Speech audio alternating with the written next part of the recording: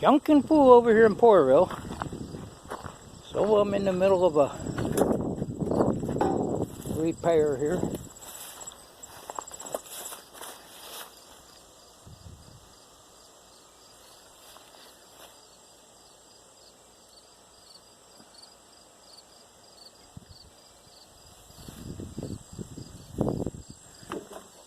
Look at that. Look at this thing now. Isn't this...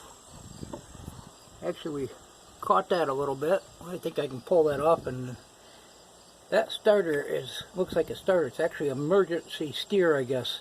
If it quits, you can pivot the machine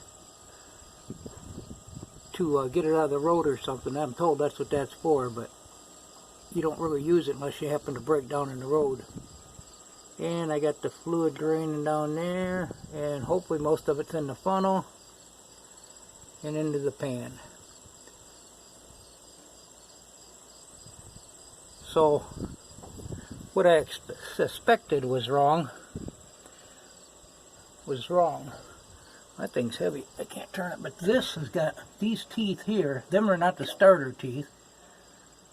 Them are the drive teeth for the transmission, which rides in here.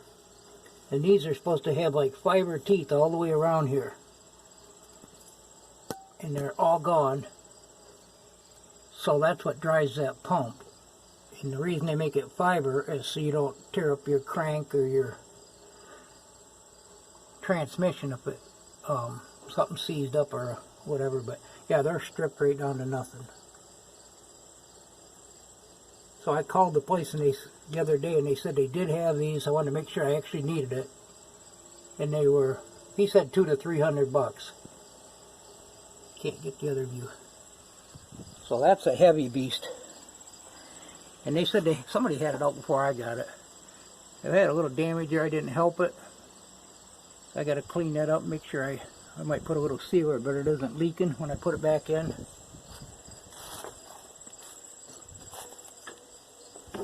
That was quite a job. I'm not done yet, but the motor sure does run good now. The engine sure does run good now. I don't know, that discussion about motors and engines. People say this is an engine. I tend to agree with that. But I still call them motors.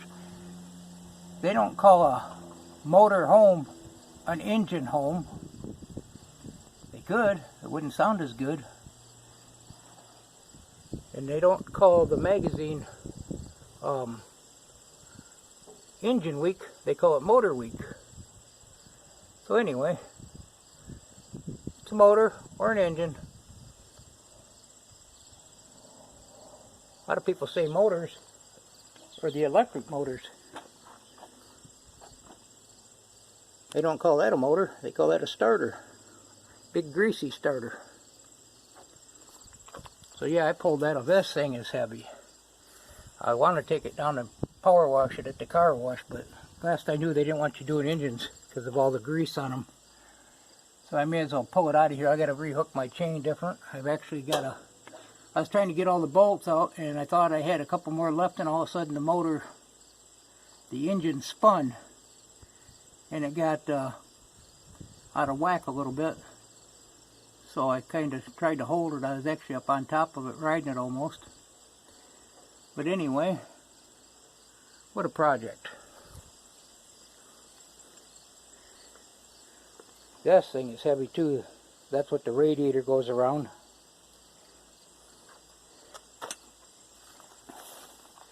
Thing ain't much, but I got that thing out of there. And I probably will figure out, bring it out of there and block it up and get the wire wheel, at least clean it up. Might even get fancy and paint it. I don't know.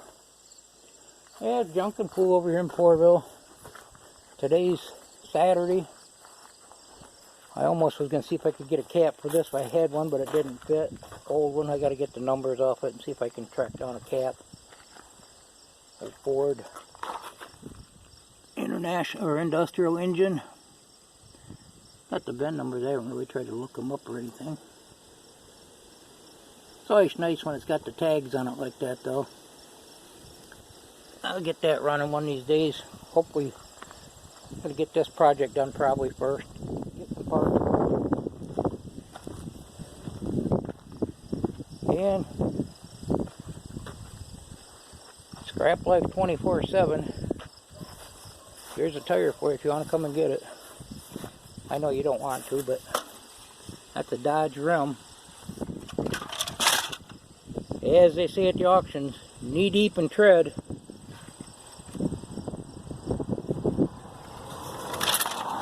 I usually sell something like this for 30 bucks or something like that, unless I have something that'll fit on.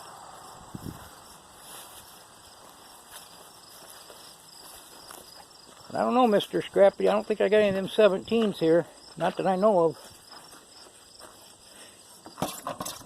You'd probably have to put a new set of tires on to drive this far, though.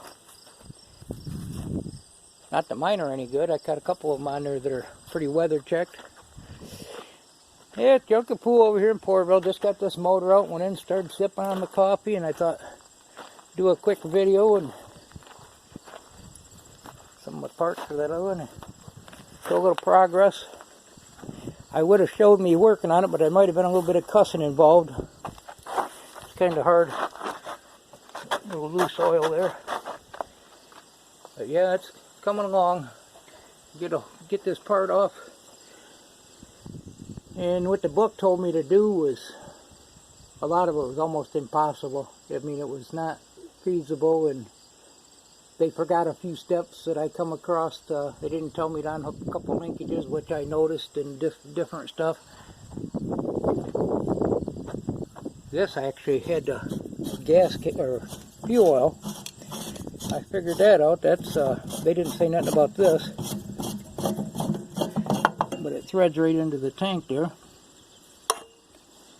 And luckily was able to break that loose. Just keeping it on there now to keep the rain out of it. If it happens to rain before I get back to it, but I probably am going to have to move this. I don't know, this forklift will probably settle, and I don't want to settle in too crazy out here.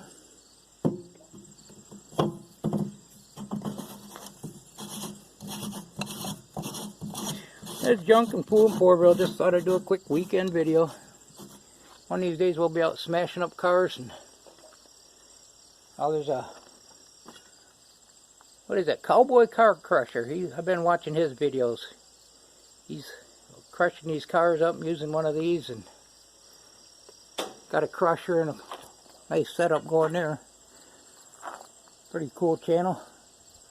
He's into the loaders and stuff, but of course his is brand new, and you can tell. They're pretty expensive, I know, but that's what happens when you come from Porterville. You got to get somebody's hand-me-downs and hopefully make it run. Sometimes you win, sometimes you lose. Thanks for stopping by. Have a great day. Goodbye.